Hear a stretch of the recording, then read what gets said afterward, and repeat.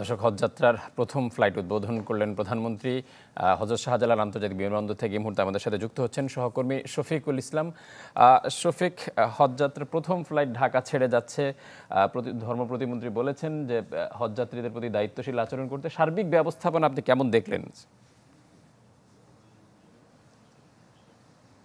ফারুক, একটু আগে কিন্তু ধর্মমন্ত্রী তিনি কিন্তু বিমানবন্দরের ২ নম্বর টার্মিনালের নিচে একটু আনুষ্ঠানিকতার মাধ্যমে কিন্তু যে হজের বিমানের যে প্রথম ফ্লাইটটি তার আনুষ্ঠানিক উদ্বোধন করেছেন এবং তিনি কিন্তু যারা বিমান বালা থেকে শুরু করে সংশ্লিষ্ট যারাই থাকেন বিমানের সাথে তারা কিন্তু যেন হাজিদের সাথে দায়িত্বশীল আচরণ করেন সে বিষয়টি কিন্তু তারা নিশ্চিত করার কথা বলেছেন। এবং বিমান মন্ত্রণালয় থেকে আমাদেরকে যেটি জানানো হয়েছে যে এবারে কিন্তু ৮৫,০০০-এর মতো হজযাত্রী পবিত্র হজ পালনে যাবেন এবং তার মধ্যে অর্ধেক যে যাত্রী রয়েছেন অর্থাৎ প্রায় ৪২,০০০-এর মতো যাত্রী কিন্তু বিমান বাংলাদেশ এয়ারলাইন্স পরিবহন করবে এবং যাত্রীদের সুবিধার্থে যাত্রীরা যাতে নির্বিঘ্নে আসলে এই হজযাত্রার কার্যক্রমটি সম্পন্ন করতে পারে এজন্য কিন্তু তারা বলা যায় যে ঢাকার পাশাপাশি চট্টগ্রাম এবং সিলেট থেকেও কিন্তু এই হজ কার্যক্রম পরিচালনা করা হবে। এবং আরও একটি বিষয় জানিয়ে রাখতে চাই যে এই যে হজ কার্যক্রম সেটি কিন্তু বিমান বাংলাদেশের পাশাপাশি সৌদি আরবের ২টা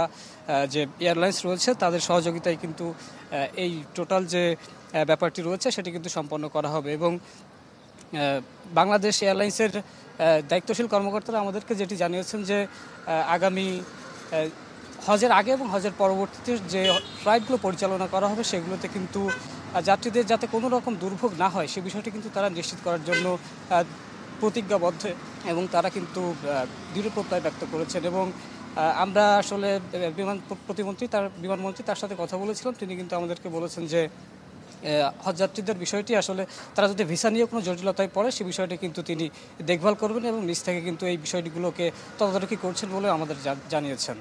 ফারুক, এই ছিল। শফিক, হজযাত্রা তাদের সার্বিক ব্যবস্থাপনায় যে সন্তুষ্টি বিষয়টি সেই বিষয়টা আমাদেরকে একটু জানাবেন।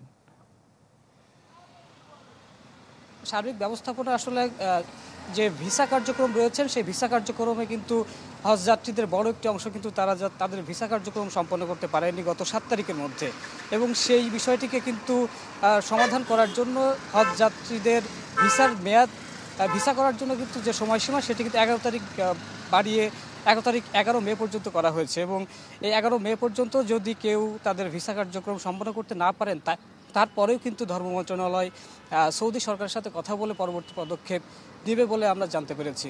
এবং সার্বিকভাবে এয়ারপোর্টে বিমানবন্দরে কিন্তু হজযাত্রীদের জন্য পর্যাপ্ত ব্যবস্থা রাখা হয়েছে, এখানে কিন্তু কোনো ধরনের বিশৃঙ্খলার কথাও আমরা কিন্তু জানতে পারিনি। আমরা কিন্তু দেখেছি যে এয়ারপোর্টে কিন্তু যথেষ্ট পরিমাণে লোকবল রাখা হয়েছে হজযাত্রীদের সেবা প্রদানের জন্য। এবং আশকোনা হাজি ক্যাম্পেও কিন্তু সেখানেও কিন্তু হজযাত্রীরা ভালো সেবা পাচ্ছেন বলে আমাদেরকে জানিয়েছেন। ফারুক। শফিক, আপনাকে অসংখ্য ধন্যবাদ। দর্শক, হজযাত্রার প্রথম ফ্লাইটের উদ্বোধন করেছেন ধর্মমন্ত্রী, সে বিষয়ে জানাচ্ছিলেন আমাদের সহকর্মী শফিকুল ইসলাম শফিক।